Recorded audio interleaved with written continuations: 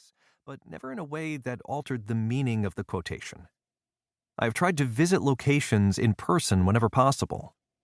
I have very occasionally based short anecdotes or fleeting scenes on a single account, but only when it comported broadly with what could be checked, and only when the source had an extensive track record of being reliable.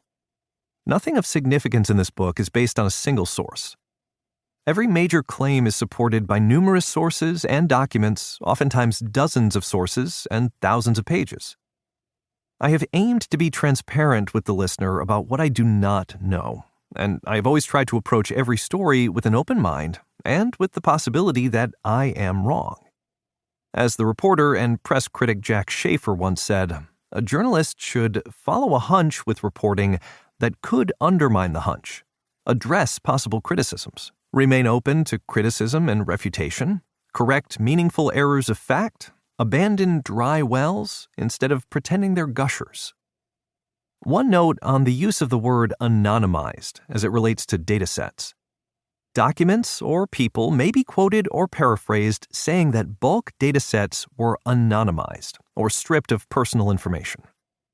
As a factual matter, I dispute in most cases that data at issue can truly be anonymized, and have rarely, if ever, used that characterization in my own writing.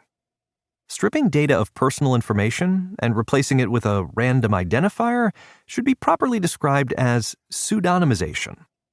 There is ample evidence that individuals can be re-identified in nearly all of the datasets covered in this book. One of the challenges of reporting a complex story filled with technical details about technology and government is keeping track of acronyms and language that comes across as jargon. I've done my best to explain the technical developments covered in the book in plain English. I've also included a list of key concepts and definitions in the back of the book, and I encourage you to consult it frequently. As a matter of full disclosure, my partner worked for a short time as a lawyer representing a company, Booz Allen Hamilton, that is briefly mentioned in this text. Her work was on an antitrust matter that is not at issue in this text or any of my other reporting. She has never provided me with non-public information regarding her work, nor has she been a source for this book or any of my other journalism. A final note to disclose. Until the fall of 2023, I was employed by the Wall Street Journal, whose parent company, Dow Jones, owns Factiva, which is a competitor to some of the data brokers mentioned in a very limited sense.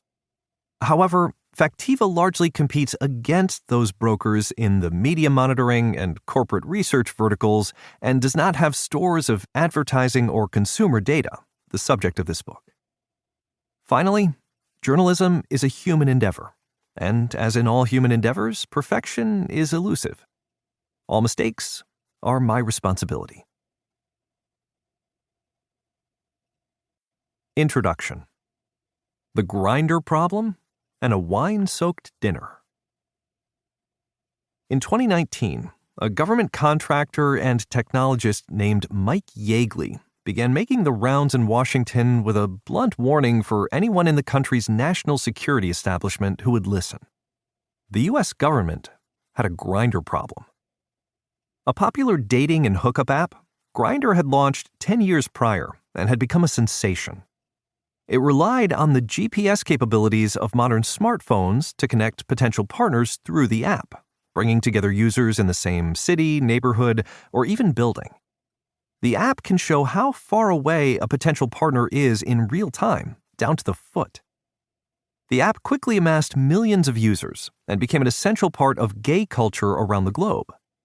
As Tom Capon, a young gay man who came of age just as the app was coming on the scene, put it in a 2019 essay, it's no longer necessary to head to a gay bar to try your luck.